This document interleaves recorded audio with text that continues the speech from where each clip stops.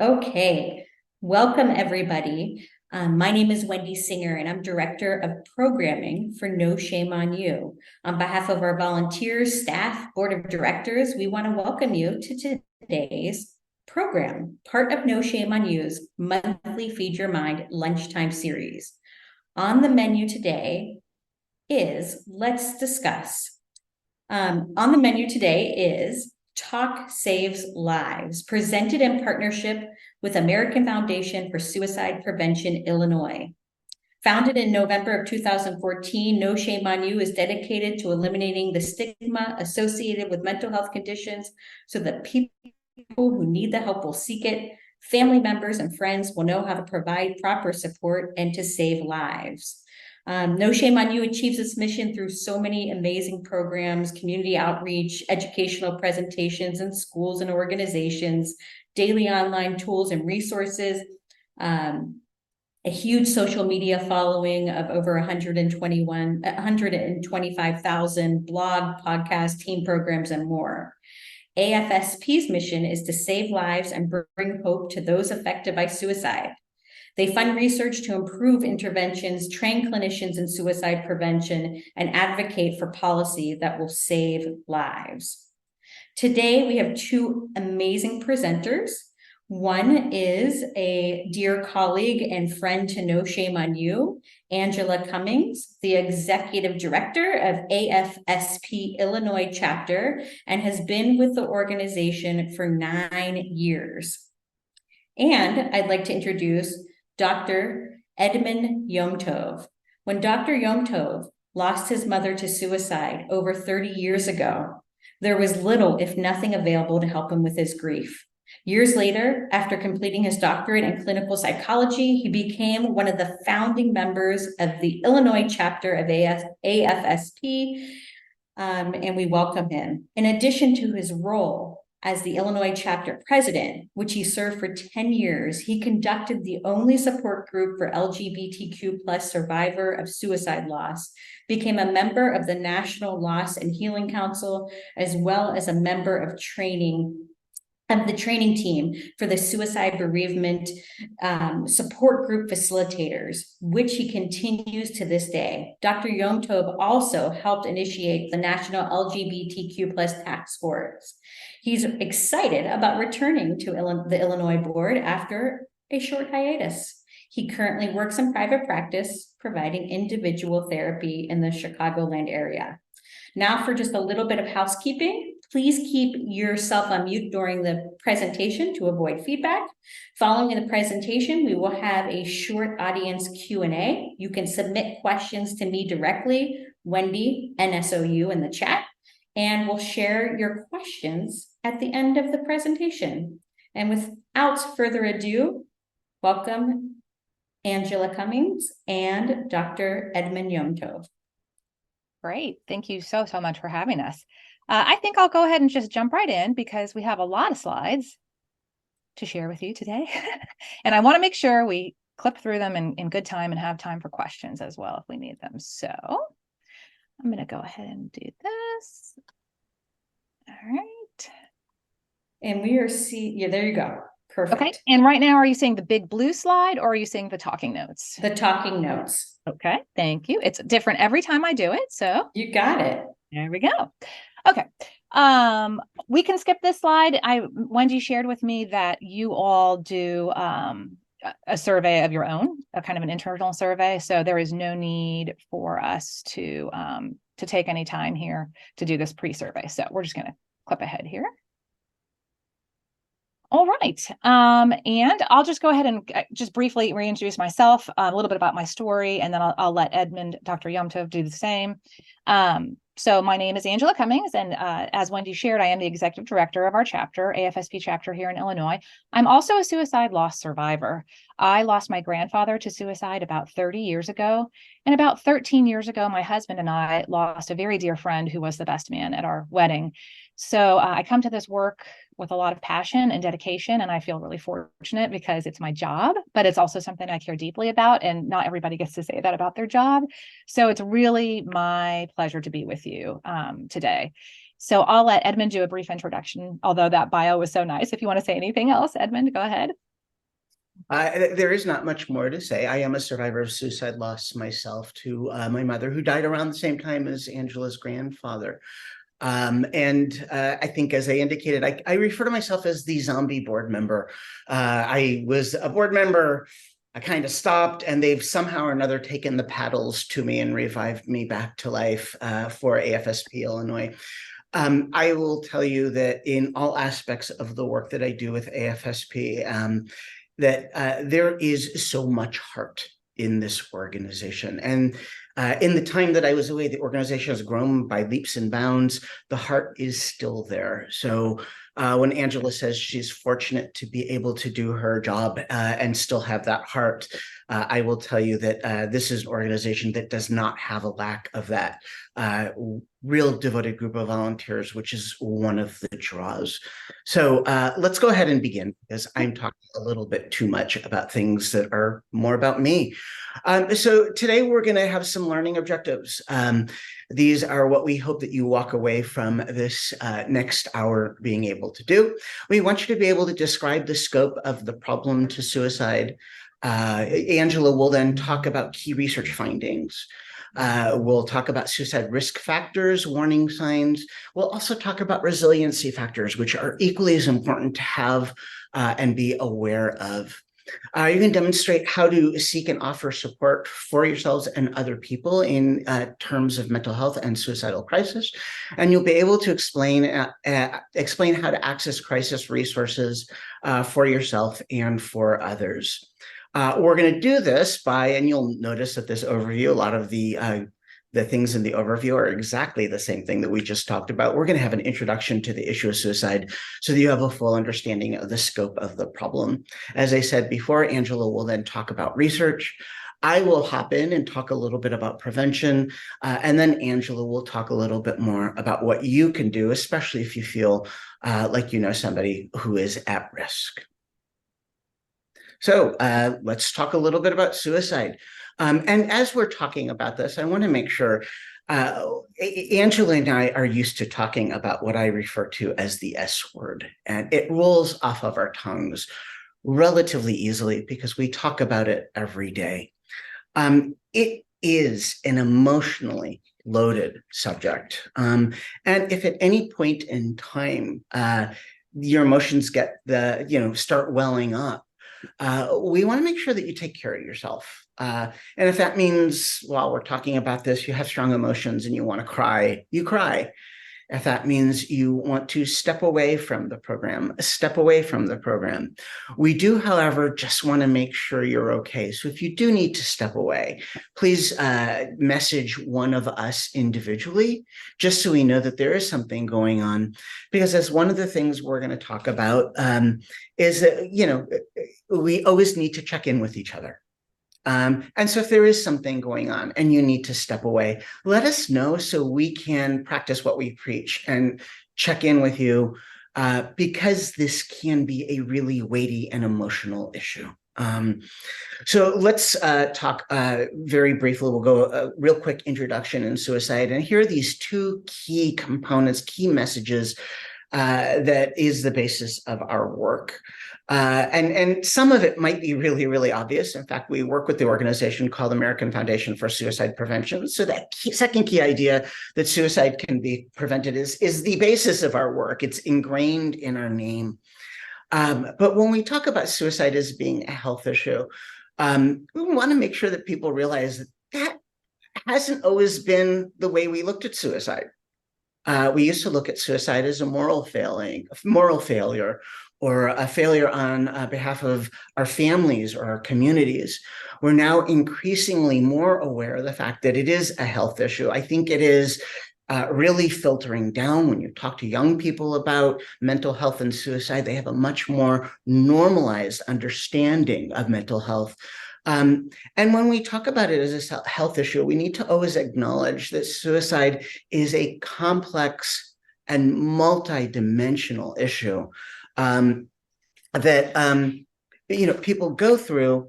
I will preview one of the main things we want you to walk away from. Suicide is a health issue, and the best and most important component, and one of the most important things to recognize about suicide and mental health is that the best variable we have in intervention is time. And we could talk about preventing suicide in terms of time when we're talking about a person who's not suicidal, and that they need to get help while they're just suffering from depression or anxiety, or if a person is actively suicidal, one of the key aspects that help us with prevention is time. And we'll go a little bit deeper into that as we move forward. So let's talk a little bit about language. And I do not want to be the language police, but I genuinely believe that our language frames the way we understand things, and it explains, it frames the way we make meaning out of things. So when we talk about the do's and the don'ts of language, basically what we're trying to really do is reinforce the idea, that first idea, that suicide is a health issue. And when we talk about people committing suicide, we talk about committing suicide. When we talk about use the word committing and then an act, it's usually a criminal act or an immoral act. You commit a crime or you commit a sin. When we talk about suicide, we want to remind everybody, we're not talking about a criminal or immoral act. We're talking about an act that is related to mental health. So we try to avoid use of terms like committed suicide, and we're more likely to say somebody died by suicide or ended their lives or even killed themselves. Now that might sound a little more blunt, especially that third one, but let's extricate ourselves of the word committed, simply because we want to make sure we're framing it in terms of mental health. The other thing we want to avoid is using the terms failed or successful. If a person died by suicide, we could say they died by suicide. We don't want to say they had a successful attempt, because there's nothing successful about it. We also don't want to say it's a failed attempt. One of the things we typically say is a person has a lived experience to suicide or lived with suicidal ideation. And then again, with the use of time, they attempted but did not complete. So let's talk a little bit more about the scope of the problem. And we're going to be talking about the scope of the problem. These are the statistics that change every year. As we're talking, we're going to be talking a lot about the data that we have that goes back to 2001, the CDC data. In this case, I believe this WHO data from the World Health Organization. We know that globally, over 70,000 people die by suicide. That amounts globally to 40 seconds, a death every 40 seconds. That means in a conversation like this that goes 60 minutes, 90 people will die by suicide across the globe in the amount of time that we're speaking. That is a lot of people that feel awful. In the United States, 40,000 people die a year. That is CDC data for 2021. In Illinois, it's about 1,000. Suicide is one of the leading causes of death in the United States. It ranks 11th. It's different by age. That is complex. And I don't feel the need to go into that because, quite honestly, it changes and it doesn't really affect what we do about it. We just want you to know that this is big. It's so big that when we talk about 40,000 people dying by suicide, can we go to the next slide? We know that for every completed attempt, there are approximately 25 other attempts. That means that there are probably over 1 million attempts a year in this country alone. So when we talk about the scope of the problem, we're talking big. Suicide impacts individuals and communities. When I first started this work about 20 years ago, we said that for every person who died by suicide, there were 7 people in the survivor communities. That number was way off. We knew it was way off. We believe it's more about like 115 people who are impacted by any one death. That, of course, is variable based on the person's involvement of the community, their age, and so forth. So we've talked about the scope of the problem. I'm going to ask Angela to take on talking a little bit about research. Sure. Thank you, Edmund. So we will move on to research. And it's really only in the past several decades that scientists have been studying suicide. And luckily, research is shedding light on so many different critical areas, like what drives up risk, what amounts to effective suicide prevention. But of course, there's always still much more to learn. And I always like to point out at this point in the presentation that AFSP is the largest private funder of research into suicide and suicide prevention in the world. So we've been that way since our inception, and still holding that title. So that's where a lot of the fundraising dollars go, just in case anybody were ever to ask you, why should I give to AFSP? So one of the main questions that research explores is, why do people take their own lives? Through research, we've learned that there's no single cause for suicide. And I'm just going to say that again because I want to drive it home. There is no single cause for suicide. It most often occurs when several stressors and health issues converge to create an experience of hopelessness and despair. Research has consistently shown that the large majority of people who die by suicide have a mental health condition at the time of their death. We've heard as many as 90%, but that again is a statistic that kind of fluctuates. Now, it may or may not have been recognized by the person or their loved ones, and it might not have ever been diagnosed or adequately treated. But that said, research has also made it clear that mental health conditions can't be the whole story. The vast majority of people who have these health conditions do not die by suicide. In addition to mental health conditions, there are many other factors that can increase risk as well. We've learned that the brains of people who die by suicide differ from those who die from other causes in terms of structure and function, and specifically in the areas related to stress response and impulse control. We've also learned that most people who are suicidal are ambivalent about taking their life. Part of them wants to live, part of them wants to die. This research has informed some key strategies in suicide prevention that involve engaging the part of the person that wants to stay alive, and then helping to create distance from the part of them that wants to die. One way we can do that is to help the person connect with reasons for living, while at the same time decreasing the visibility and presence of things around them that might facilitate their desire to die. One of the many important things we've learned from research is about the perspective of a suicidal person. A crisis point has been reached. For a suicidal person, the pain seems unbearable, whether it's emotional pain, physical pain, or sometimes both. And so this is a little empathy exercise that we like to do at this part of the presentation. And so if you'll kind of join in with me, play along.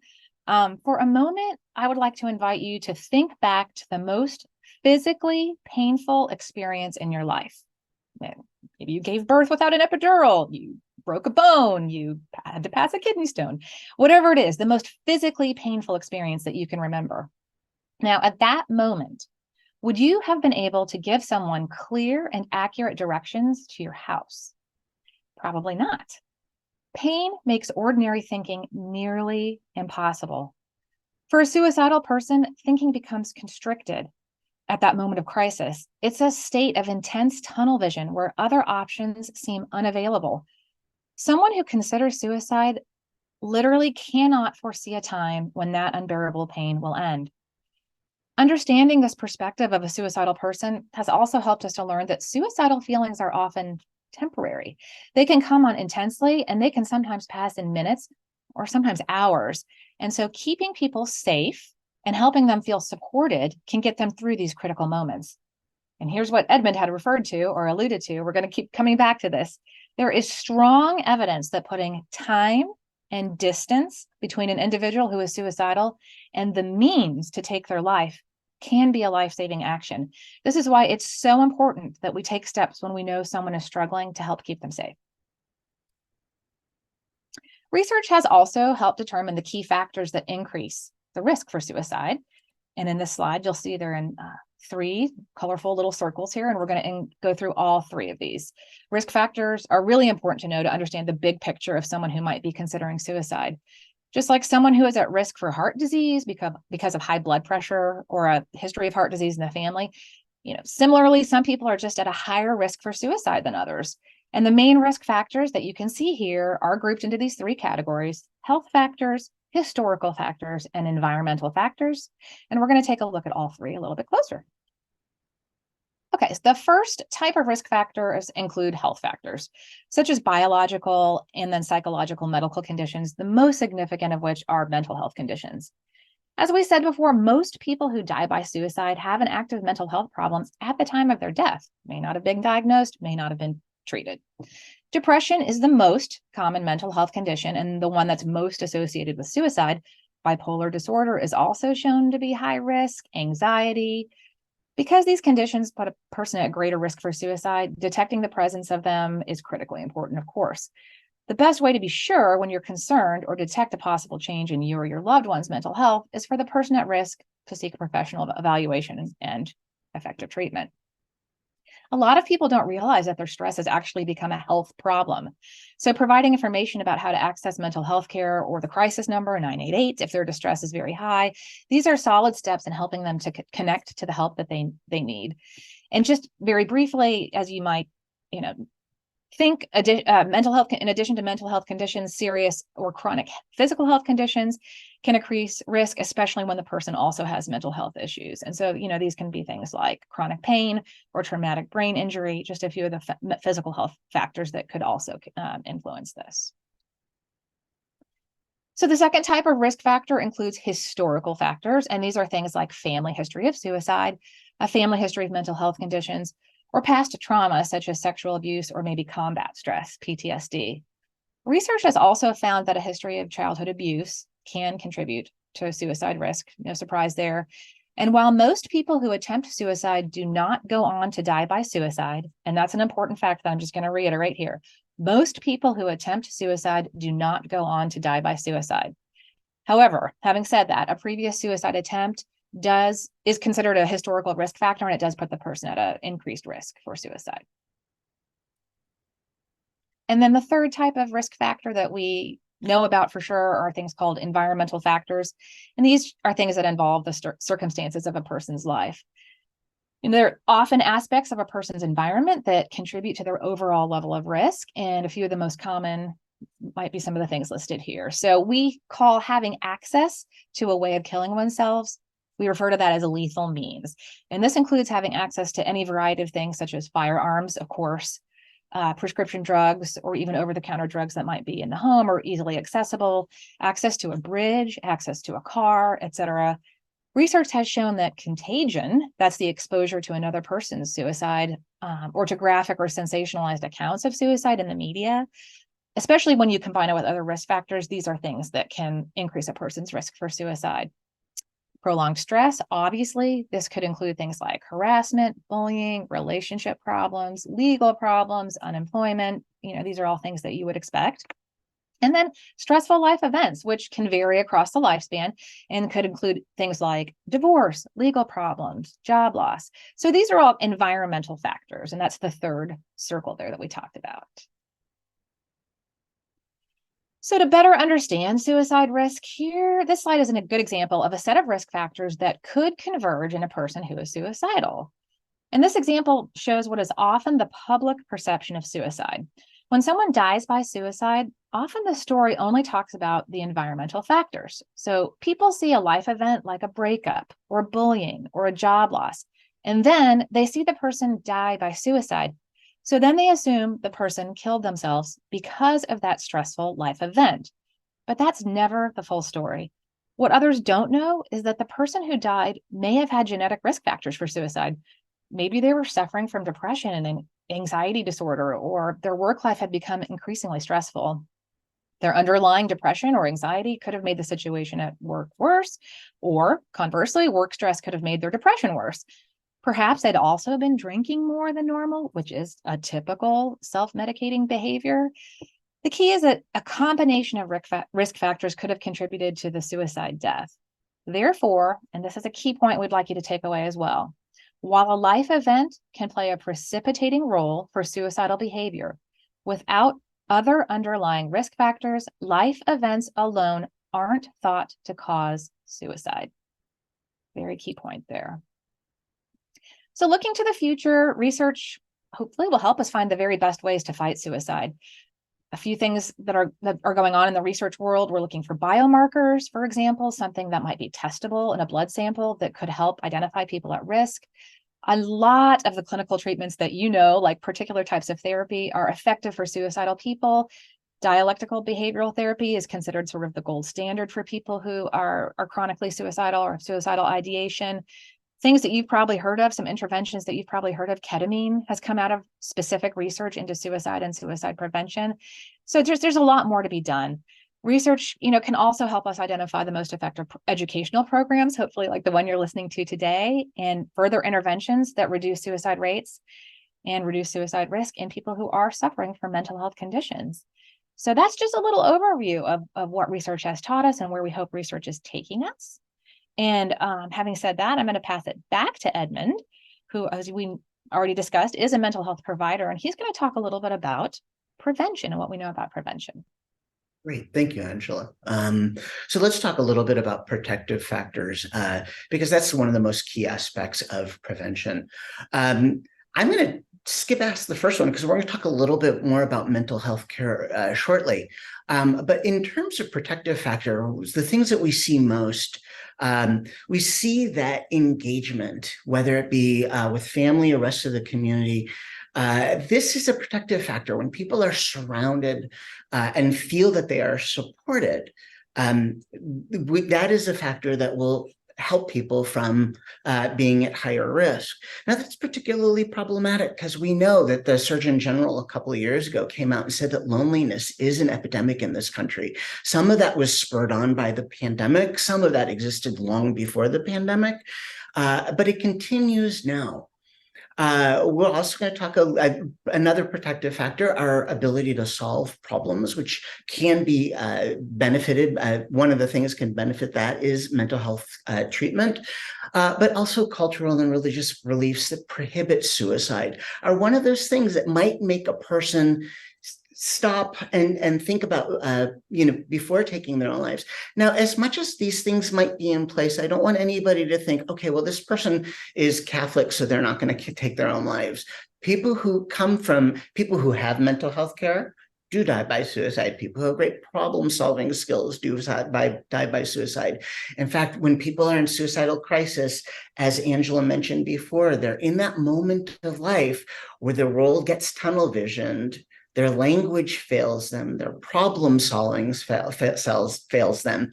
But as we talk about protective factors, we're talking even before a person is in suicidal crisis. So we can access mental health care when a person is first showing signs of depression, so they never get to the place where they might feel suicidal. Let's talk a little bit more about mental health care and how it's important in preventing suicide. I will tell you a story about a person who I knew who was actually on the AFSP board for years. And she came from a family where there was suicide, and her husband came from a family where there was suicide, mental health problems. And they had 2 children, and she told the children early in life, marry outside the gene pool. She said that is one of the ways we engage in prevention, because they were both coming from environments where mental health problems were inherited. But she also talked to her kids throughout their lives in developmentally appropriate ways about mental health and mental health treatment. And she knew that there were going to be times in her children's lives that she was going to have to help them access mental health care and train them or socialize them to the idea that, yeah, we are genetically loaded to having these problems. This does not mean we need to freak out. This just means that we need to be mindful and access care and teach our children that they absolutely needed to be able to know when to get help and when not to get help. Let's talk about what healthcare, proactive healthcare is. Can we go on to the next slide? It might mean getting psychiatric medications. It might be going for therapy. It might be finding other things that help us groom our physical and mental health. But it usually involves bringing other people into the equation and figuring out what works for that individual best at that time in their lives. I can tell you specifically things that worked for me when I was in my 20s don't work for me anymore, right? And so it is individual. It is it is individual, it is specific. And people have a lot of different options that they can play with, decide what's right for them, whether it be medication, whether it be psychotherapy, or whether it be other ways that we groom our own health. Let's kind of move on to the next slide, please. One of the great things we know about, especially for those, I think we're all in Illinois, that Illinois law requires mental health be treated on parity as physical health services. So people with insurance should be able to access healthcare, mental health care. Let's go on to the next slide. And as we talk about mental health care, let's not talk about the regular grooming of exercising, diet, sleep, and overall stress management in terms of how we take care of ourselves. This is an aspect that's near and dear to my life, not only to myself, not only because I'm a survivor of suicide loss myself, but because as a survivor of suicide loss, I've had to ask myself, am I going to die in the same way? All postvention, when we talk about postvention, we're talking about taking care of the folks who are surviving a suicide loss. All postvention is prevention. And we can have those same conversations that my colleague had with her kids, with people who are living with a loss, and remind them, listen, we got to take care of ourselves because this is in our histories. This does put us at higher risk. And please remember, just because a person has a risk factor or a protective factor doesn't mean that's the story. It's just one factor in a complex, multidimensional problem. But folks who have had suicide experience in their life, a person in their life who's died by suicide, are at higher risk. That doesn't tell the whole story. In fact, we get to write the story, and that's what our prevention efforts are about. And again, that goes back to time.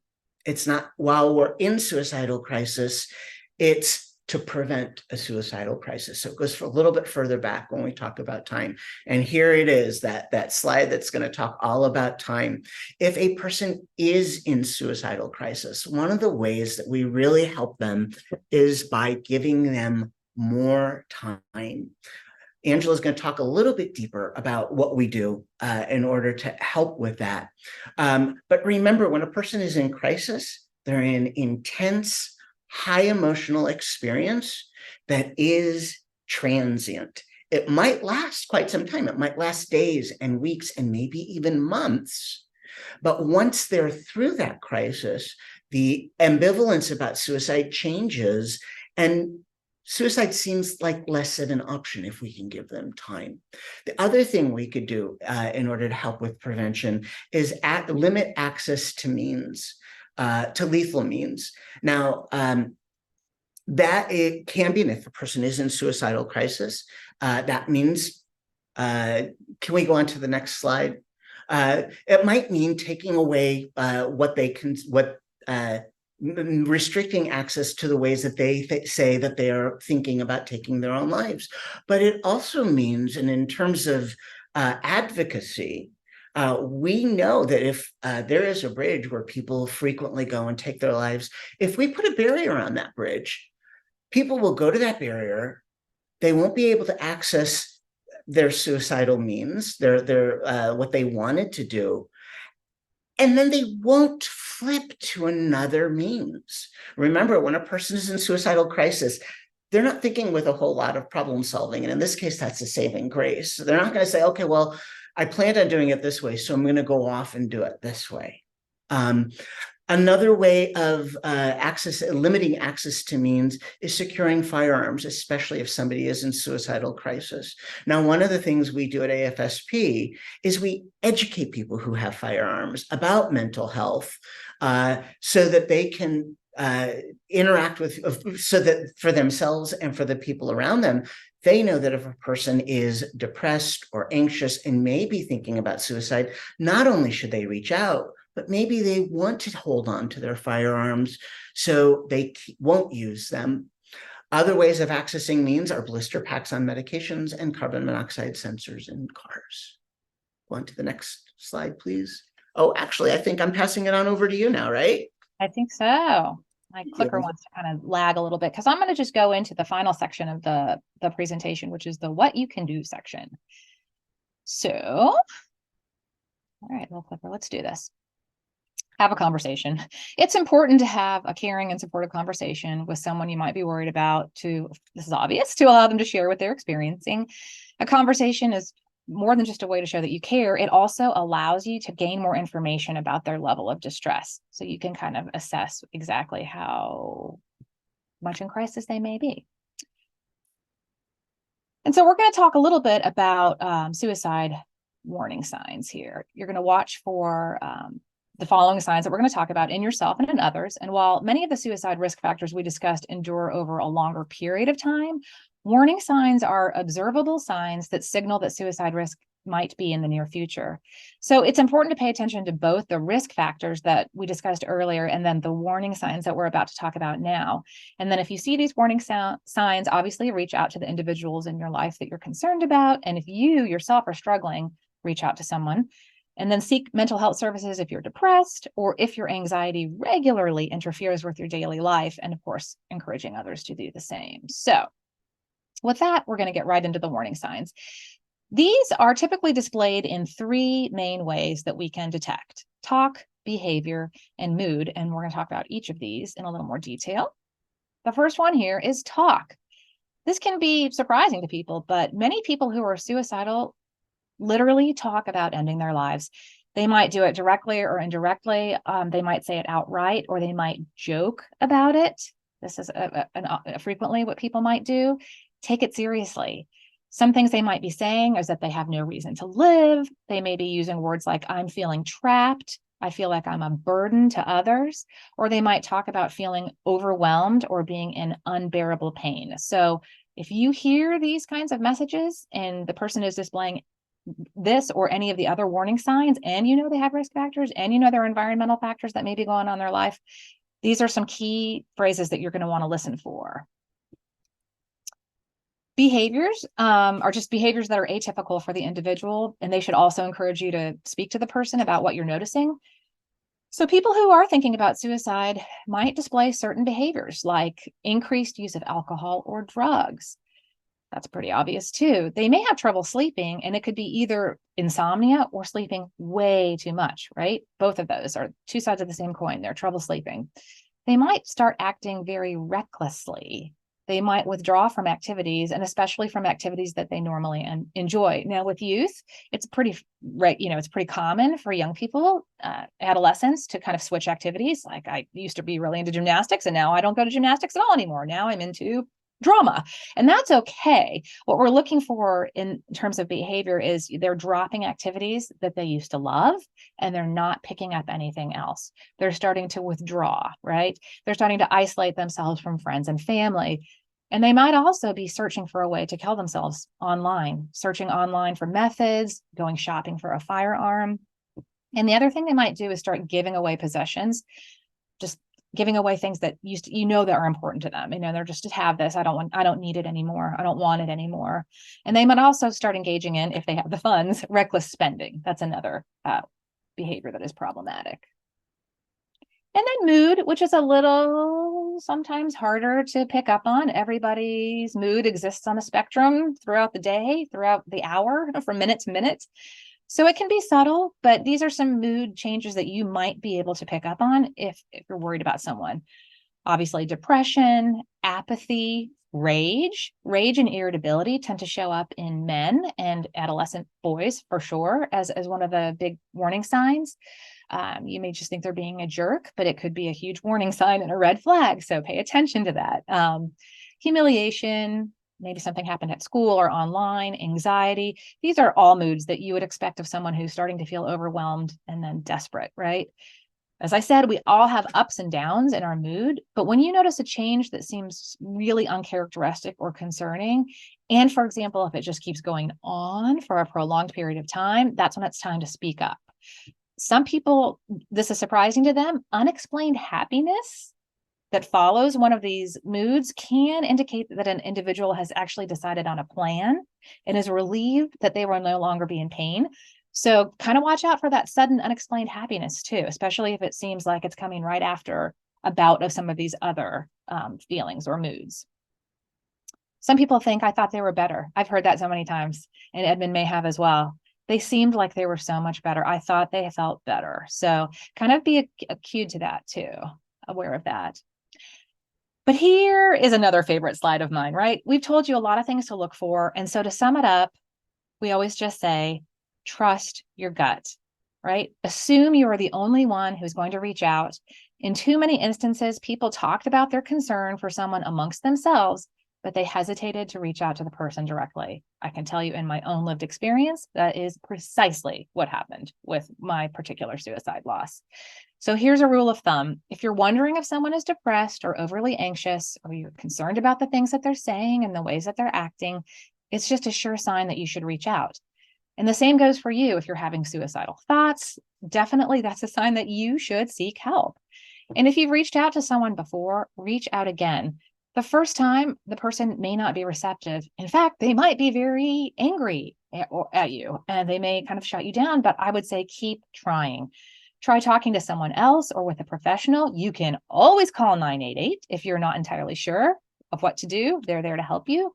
And even if suicide turns out not to be a concern, the person might still be in great distress, and they might feel comforted and supported just by knowing that you care about them and you've taken the time to reach out and listen. So even if they're not receptive at first, it's in their mind. They know that you're a safe person to reach out to if and when they're ready. So what are you going to do when you reach out? There are obviously some things to avoid. And just like we had do's and don'ts about language, we have do's and don'ts about reaching out, right? So what to avoid? First, avoid minimizing their feelings, obviously. Second, avoid trying to convince them that life is worth living. If a person is at a crisis point, they are not thinking clearly, and philosophical debates about life being worth living tend not to be helpful. And you don't want to offer advice on how to fix it. If a person was having a heart attack, you wouldn't walk up to them and tell them to start exercising or to eat a healthier diet. And the same is true for someone in a mental health distress or crisis situation. You would get them to help, right? So what you can do is first talk to the person in private and allow them to share what they are experiencing. Of course, listen to their story, express concern and caring. That conversation with an extra dose of active listening is a great way to show that you care and to gain more information, again, about the level of distress that they're experiencing. You want to ask directly about suicidal thoughts. Now, I know that you all are part of a mental health organization, and I may be preaching to the choir here, but data has shown us that asking directly does not put the idea in someone's mind. It's actually a relief to that person, and it actually lowers the suicide risk. And you want to encourage them to connect with available resources and mental health services. And if they're in crisis, really what they need the most is just to be heard and then connected with help. So you can stay with them, which is the next one, right? If you think they might make an attempt soon, stay with them. That's that time again, right? The time that Edmund has referred to and we keep referring to in this. Time is huge, time and distance. So if you can stay with them physically while they are calling 988 or you're calling 988 on their behalf. Stay with them if you've had to call 911, stay with them until 911 or 988 arrives. If you're on the phone with them, stay on the phone with them while they're chatting 988. Basically, if you can just stay with them and be physically present with them, you're going to lower that suicide risk by a lot. You want to help them to secure or remove lethal means. Can I just keep your medications overnight and I'll come back in the morning when you need to take them again? Let's take those bullets out of the house. You don't feel comfortable giving me your firearm? Let's remove the ammunition from the firearm and I'll keep it overnight.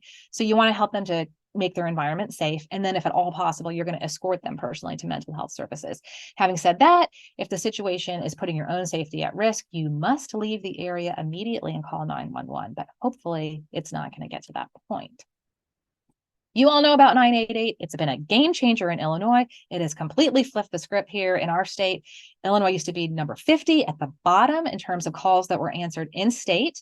And for the amount of time that it took to get somebody to pick up and talk to you, it could have been over an hour wait.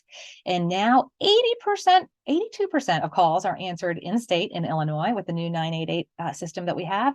And the wait time is usually 30 seconds or less. Huge. Being able to text is also huge. If people don't feel like they can talk openly wherever they may be, or they just can't talk. I mean, they're too emotional to talk. And of course, that crisis text line is still up and running, where you can text talk to 741-741, or IUTA for the Spanish, a Spanish speaking counselor. So these are all great resources. And I presume, I'm going to guess that you guys know a lot about those already. And again, if it's an emergency, call 911. When we show this slide, we always put the caveat that we understand that for certain communities, calling 911 would be the very last thing they would want to do. It seems to be inviting more crisis and danger into their communities. So hopefully 988 is so robust now that we can prevent those 911 calls. But basically, we just say, you know, hopefully together we can create a culture that's smart about mental health and suicide prevention. By doing so, we'll save lives and vastly improve the lives of many more. And that is Talk Saves Lives. So I hope that you enjoyed it. And we are now open. Here's some ways you can follow us. That's that. Here's some ways you can follow AFSP National, just at AFSP National. Great content on all their channels, and then our socials as well. So do not hesitate to reach out at any time if you need me. Thank you so much for the fantastic and comprehensive presentation.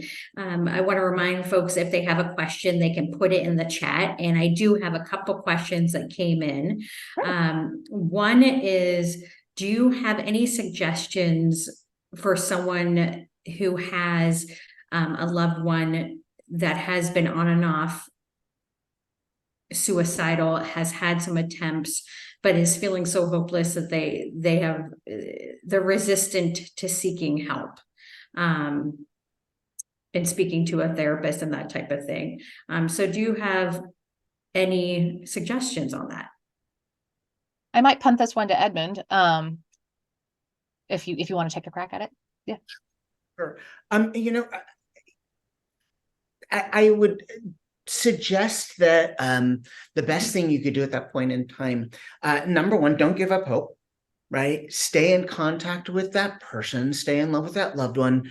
Remind that person that healthcare shows up in all sorts of different ways, right? So it might be in therapy, it might be in medication, it might be a group, but it might be all those other self-care aspects we talk about.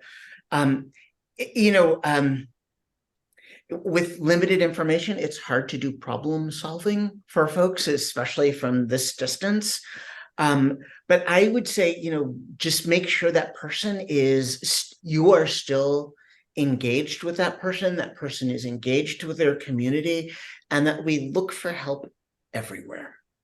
It doesn't have to be in a therapist's office. If it is a person who is acutely suicidal, it is really preferable. But if a person refuses to go, there's only so much you could do. The other thing I would do is suggest that the person who is living with a person who is chronically suicidal, that person needs help too, right? And so that person needs to either be in a therapeutic relationship, in groups, for people. There's a wonderful organization you probably all know about, NAMI, the National Alliance for the Mentally Ill. And they have groups for people who are living, who are family members, folks with mental illness. And that is inordinately helpful. Thank you. I think that is excellent advice. It's complex, and not one kind of thing works for everyone. Just like you said, in your 20-something worked, and now in your 40 or whatever age you are, in your early 30s, different things are working. Thank you. I have a question. Is 988 is a national number? Is there anything? Do you have any, say you know someone who is traveling abroad or living out of the country, or in a small country, you know, that kind of thing? Are there any kind of global resources coming down the pike that you guys are aware of? That's interesting. So in other countries, they don't really have nonprofits. They have like NGOs, which is kind of like a lot of European and even Asian countries. And so those are different. They're government funded. They don't operate independently like our organizations do. So I don't have a good answer for that, because you're right. Wouldn't it be great if there was a 3-digit number that you could just call wherever you are? Now, I will say, so I'm not aware of anything like that. I think it totally varies by country. I will say, though, that I was contacted through our AFSP Illinois mailbox by a woman who was living in South Africa, and she was extremely concerned about her son, her adult son, who she felt was actively suicidal in a hotel room somewhere in McHenry County. And I called 988, and we were able to work together to get the local police there out to that hotel to do a wellness check. This person voluntarily went to the hospital. And so, there are ways that, people can still kind of reach out to AFSP here, or I think they can patch through to a 988 maybe. And those 988 people were incredibly helpful in getting this woman to me. Well, she got to me, and then they got the police out to that individual. So it kind of was clunky, but it worked. There's ways, and I hope we get there one day where there's like a global number or something of the such. Another question came in. If you can speak to some of the new cutting edge things. You mentioned one of those in the talk, you mentioned one of those treatments, but can you speak a little bit more to cutting edge treatments for this? What are you seeing, and what do you think the future is for prevention? That might be another doctor question there. Another doctor question. I'm not going to go too deep into anything, but I know that AFSP has been funding research with ketamine, which Angela mentioned before, as well as TMS. Locally, what are those? What are those, real quick, for the people who don't know? I don't remember what TMS stands for, but it has to do with magnetic impulses. And ketamine is a drug that is best known as a club drug, but is also known to help with depression and trauma. One of the things I wanted to highlight for you is we do have a researcher who we are going to be highlighting locally. He is an AFSP funded researcher who's doing a lot of work with a rubric for understanding when a person might be actively suicidal. His name is Igor Galinker, and we are going to be bringing him to Chicago in early November. I think it's November 3rd. We'll be at the Drake Hotel. He will be speaking, and that should be a really interesting conversation as well that you might want to hook into. We could get you that information. We could forward. It's a lunch and learn, and it's open to the public. So we'll absolutely make sure you guys get that information. Yep. And awesome. And it's the lunch is really good there. A historical place in downtown Chicago. Another question came in saying, I know this is a specific one, but just what your advice would be. Say you're dealing with a friend or family member who has a firearm, and we ask them to give us the ammo, and they refuse in the moment. What would be your best advice in that critical situation? It is hard because I'm not a firearms owner, and I don't know that Edmund is either, but what we know is that firearms owners feel very connected to their firearm, and particularly if they're retired military, like veterans, or law enforcement. It's almost as like an extension of their body, and it helps them to feel safe. And you have to kind of you don't have to understand it, but you have to respect it. When you're dealing with someone, asking them to hand over their firearm, you might as well ask them to hand over like their child, right? It can be very emotional for them. So I would say if they don't feel comfortable with that, would they be comfortable putting it? Do they already have a gun lock or a lock box in their house? Would they be comfortable, giving you the key for the night so that firearm's still at home with them? They know it's there, but maybe you've got the key. And then again, because that we know about the transient nature of these suicidal feelings. Okay, so you ask them and they're resistant to that. I'm not giving you my ammunition. I need it. What if somebody breaks in or whatnot? Then maybe just sit with them for another 10 or 15 minutes and broach it again. Yeah, let's circle back around to that. I understand you're hesitant to do that. What would be a better and safer way to do that? Or what makes you more comfortable? What's a better way to keep this safe? And maybe get them to kind of start problem solving around how they can keep their firearm safe, keep themselves safe from their firearm, really is what we're looking at. That's a great idea. No, yeah. I think that is a great, suggestion, that last one in particular, of how can we keep you safe then and help them, give them the agency to help sort that out. And right, like right. It may seem very infantilizing, is that a word? Infantilizing, to be like, and now give me your gun, I mean, and especially when they have strong feelings about it. So it's like, okay, so that doesn't feel comfortable. What is the best way to keep you safe right now? What do you think? And maybe it will activate that part of the brain that is more, into problem solving, and they can get kind of through that crisis. Thank you. Well, we're coming to the end of the hour. I just want to thank you both, Angela and Edmund, for this really important presentation. It's just a brief overview, and I know you have other resources that people who are really interested in digging more can get into. Angela, is there anything you want to mention to the group about upcoming programming at this time? And then I'll mention a couple things.